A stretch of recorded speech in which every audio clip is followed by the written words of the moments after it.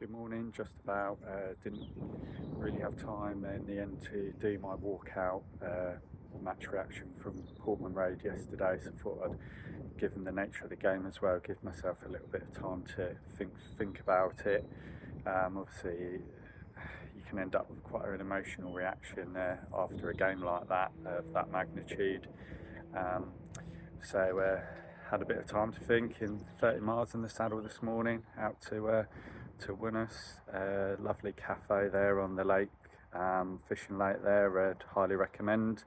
Um, and started my report for Suffolk News with Ipswich players and supporters facing up to the unthinkable, having lost to basement side Southampton 2-1, and it was the game that a lot of people were saying we had to win.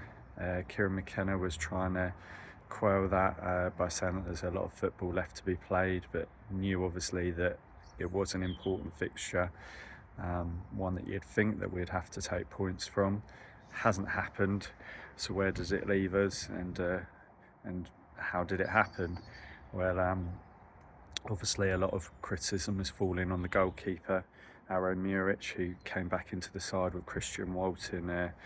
Surprisingly, haven't picked up an injury at Liverpool that got revealed when just before when the team sheet came out, and it was his big chance, really, the Kosovo international, to get that shirt back from a bit of fortune, having lost it after what we were told was a slight injury issue himself, but really I think that was more protecting the fact that his mistakes had led to Christian rightly getting his chance and having grabbed it. And you've got to say that Arrow did not take his chance yesterday. You look back at both goals. I've just looked at the game before I'd done this video, and you think he's got to do better on both, really. And I spoke to Sam Morsey afterwards. He said it was a game of fine margins. Yes, it was, and those are the fine margins that unfortunately have gone against us. I don't think you can put the entire blame ever on a goalkeeper. As used to be one myself for a little bit. The ball's got to get past everyone else, is what I used to say. Everyone's got to do their jobs to stop that ball getting in front of your goalkeeper, and that obviously didn't happen on those occasions, and there were some errors defensive mistakes leading up to that, but then you've got to back your goalkeeper to get you out of jail. That's his job, and unfortunately those moments did go against us, and the first one straight down the middle of the goal. You think, how is that going in there, bouncing over him from Joe Aribo's kind of jumping volley after the ball spins off Jacob Greaves' boot from Fernandez's cross. And with the next one, it's the substitute that's cut inside Morsey, Suleiman, and his low shot. It's funny because I was watching the Champions League down my social club in the week, and same thing was said to me there. Like, someone tapped me on the shoulder and said, "I don't understand with these goalkeepers watching the Liverpool PSV game.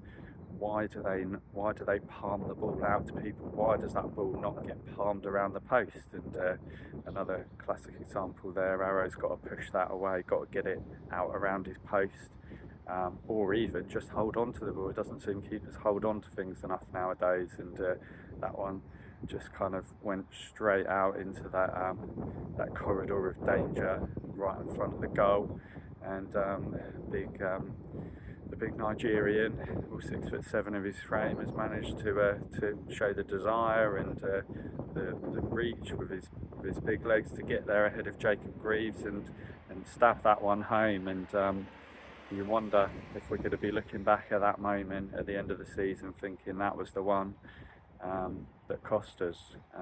But I mean, Kieran McKenna and Sam Morsey, they're both right to say that there's a lot of football still to be played, 14 games. But I mean, you look at the run that we've got now after the FA Cup break, and I mean, Aston Villa away, not a lot of teams will get anything there. Tottenham Hotspur at home. What kind of Tottenham are we going to be facing in was it, 3 weeks time then at Portman Road, and you know, we've only got one win at Portman Road so far this season. Then it's going over to Old Trafford. You know, whatever you say about this Manchester United team, going up to Old Trafford is someone in our position always a daunting prospect. So yeah, things are looking tough.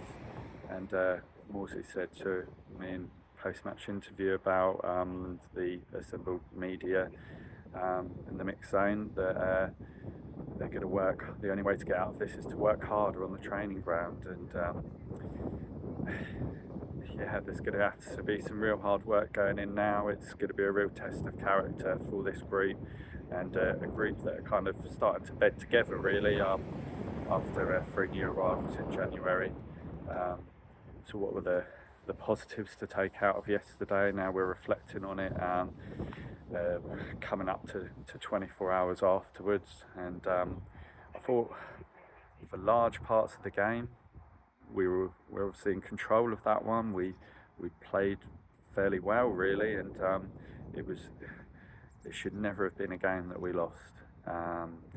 I think my criticism would be that in that second half that there wasn't enough quality on the chances that we created, but equally the telling thing was that when we got the chances we didn't take them. Be that Nathan Broadhead after we'd got our equaliser from when he was put through by a good ball by Delap. Obviously, I would say a very good save from Aaron Ramsdale, but then could Broadhead do better on the loose ball after it, which he ended up kind of slicing and carrying out of the pitch from the tight angle, with Ramsdale again closing the angle down well.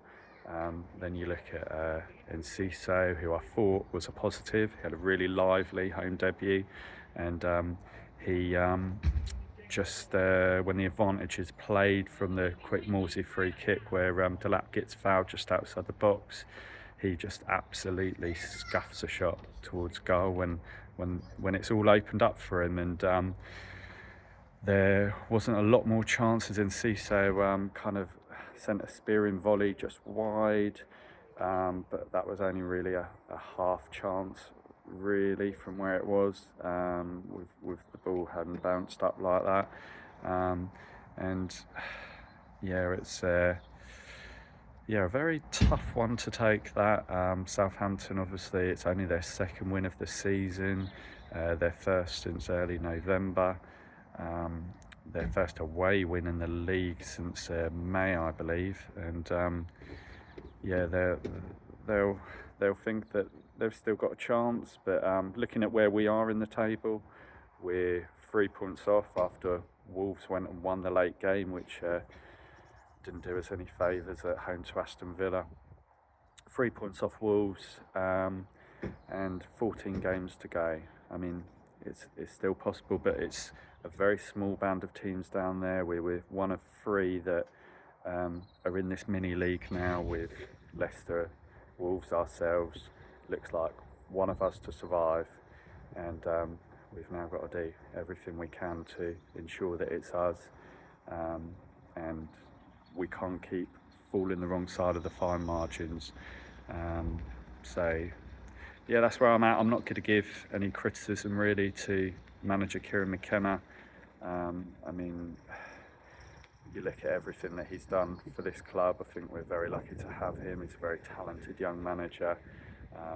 You could look at a few of his substitutions and ask why he did those at that time, but with the players that he had out there, the way that the game was going, it was up to the players really to make sure that it happened.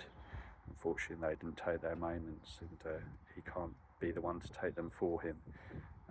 So yeah, I mean, it looks like we'll see Kieran Slicker in goal in the FA Cup over at Coventry, so I don't think you would put Muric in that one if he's now set to play for a run of games, or is he?